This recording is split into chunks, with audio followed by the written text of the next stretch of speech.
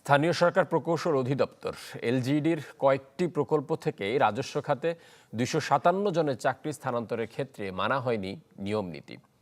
সেই নিয়োগপ্রাপ্ত কর্মকর্তাদের এক দফায় পদোন্নতি দেওয়ার পর চলছে দ্বিতীয় দফায় পদোন্নতির তোড়জোড়, যাকে বিধিসম্মত নয় বলছে জনপ্রশাসন মন্ত্রণালয়। যদিও এলজিইডির দাবি নিয়ম মেনেই এগোচ্ছেন তারা।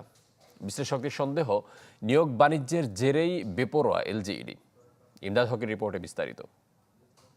ফোন থেকেই ভ্যাকেশন মোড অন করা যায়। অন করুন ভ্যাকেশন মোড, এনার্জি সেভ করুন নিশ্চিন্তে। ওয়ালটন স্মার্ট ফ্রিজ, বোঝে আপনার প্রয়োজন।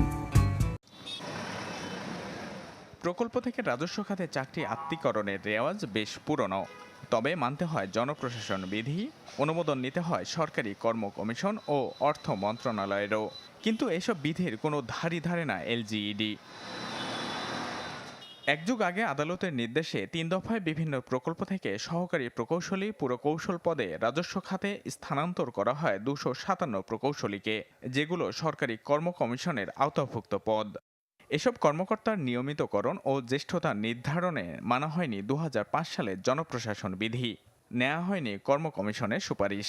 এদের মধ্যে অন্তত ১০ কর্মকর্তার ছিল না চাকরির ধারাবাহিকতা, আর ৫ জনেরই নেই সংশ্লিষ্ট পুরকৌশল ডিগ্রি।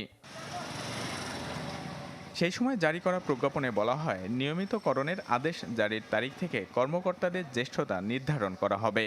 কিন্তু পরবর্তীতে এসব প্রকৌশলী চাকরি নিয়মিতকরণের কোনো আদেশ জারি করেনি এলজিইডি। নিয়মের তোয়াক্কা না করে দেওয়া হয়েছে ৬ষ্ঠ গ্রেডের পদোন্নতি, এখন তোড়জোড় ৫ম গ্রেডের।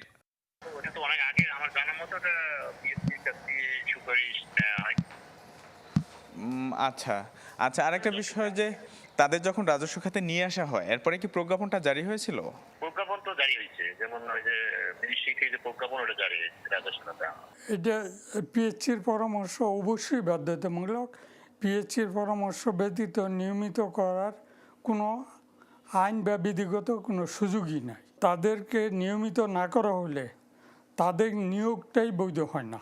সুতরাং তাদেরকে পদোন্নতি বা অন্য কোনো তাদেরকে চাকরিতে বহাল রাখা সুযোগ থাকে না। জনপ্রশাসন মন্ত্রণালয় বলছে, আত্মীকরণের ২৫৭ জনের নিয়মিতকরণের ক্ষেত্রে বিধি অনুসরণের বিষয়টি স্পষ্ট নয়। উপেক্ষা করা হয়েছে অর্থ বিভাগের অনুমোদনের বিষয়টিও।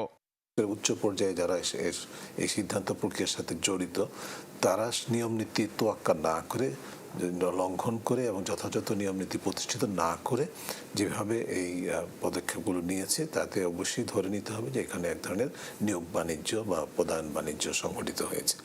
২০০৮ সালে এলজিইডিতে প্রথমবারের মতো প্রথম শ্রেণীর প্রকৌশলীদের জ্যেষ্ঠতার তালিকা হয়।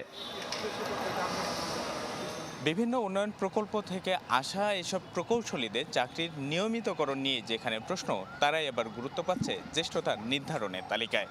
রয়েছে পদোন্নতির প্রক্রিয়াও, আর এর মাধ্যমে বড় ধরনের একটা অনিয়মের উদাহরণ তৈরি করে রাখছে এলজিইডি। ইমদাদ হক, চ্যানেল 24, ঢাকা।